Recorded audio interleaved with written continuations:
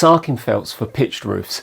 Now sarking felts is an old name. They're normally just called underfelts now, and there's so many misunderstandings of which one to use for which instance, and I want to try and get over that now. So at the moment they've been renamed to low resistance and high resistance. So what's that all about? So this is the amount of moisture that can go through. It's called air vapor, and this is where the problem really starts. So a low resistance, vapor permeable but airtight product is this one here. It's cheap as chips now, and this is the one that most people are installing incorrectly because they think it's breathable.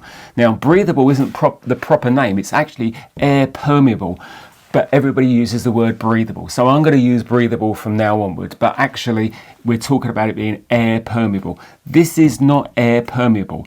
Now the reason I've got this line down here is because we've got HR, which is high resistance, that's vapor closed, airtight, and this is for roofs that you do not want the vapor to get out of, and I'm going to explain that on a different video, and I'll put the link down below in the description on that. So we're not going to do too much on this particular one, but this one here is not that much available in the roofing trade places and online. It's very difficult to get hold of that one, and if you're doing artificial slates, you probably want to look at that because that is much easier to use than that or that one underneath artificial slates, depending on the specification. You've always got to look back at the specification, but this is just not clear. That's why everybody is walking into the roofing wholesalers and going, I want a breathable felt. Now what they actually should be saying is that I want a vapor permeable felt, not breathable. Now they might want a breathable one, and if they go in there and say I want a breathable one, they should be given one like this one over here, which is vapor permeable and is breathable. It will let the air go through it. So you think that's great, got this one, it's all singing and dancing, it's vapor permeable, it's breathable, but they then don't vent. Now, should you vent? And you can see what I'm doing here.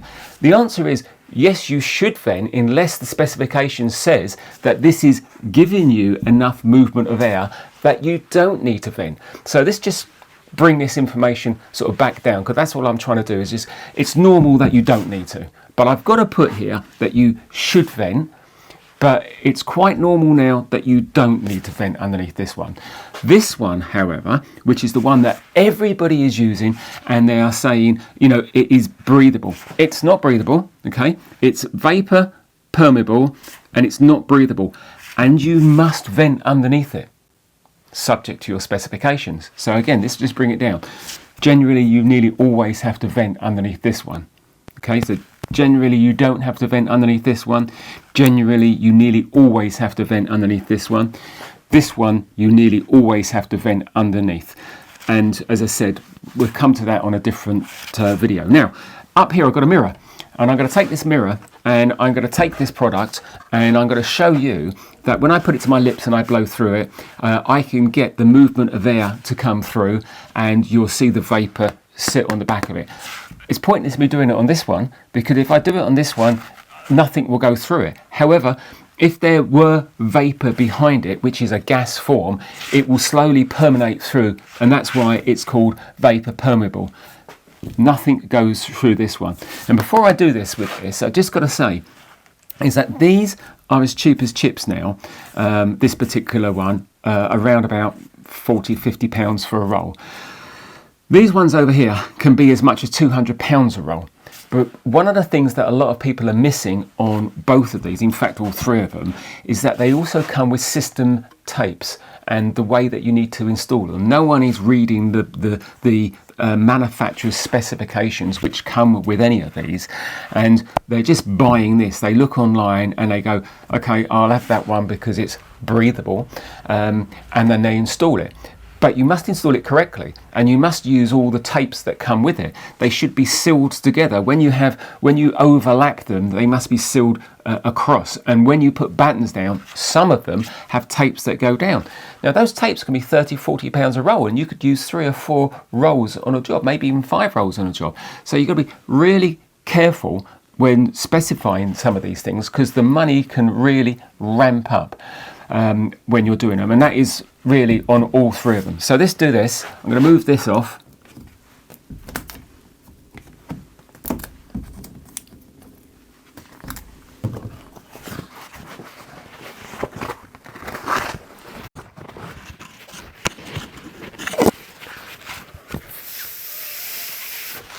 Okay, and you can see that that easily took the moisture right the way through. The air went straight through it, and the moisture went through it with the air, which is, you know, again, what you want. This is why venting the roof is not always necessary now with that particular product. So don't forget, look at the other video down below. There'll be a link on it. And what I'm going to do is I'm going to show you online some of the roofs that I'm doing where they've used the incorrect one and why it is the incorrect one. It's great to look at some of the different examples. I'll show you the way that some of these have been taped. I'll show you the draping, which a lot of people are getting wrong as well. And I'll show you this being used under slate roofs. If this has been helpful to you, hopefully it has, or if you need any more information, just please email me or give me a phone call. Speak soon.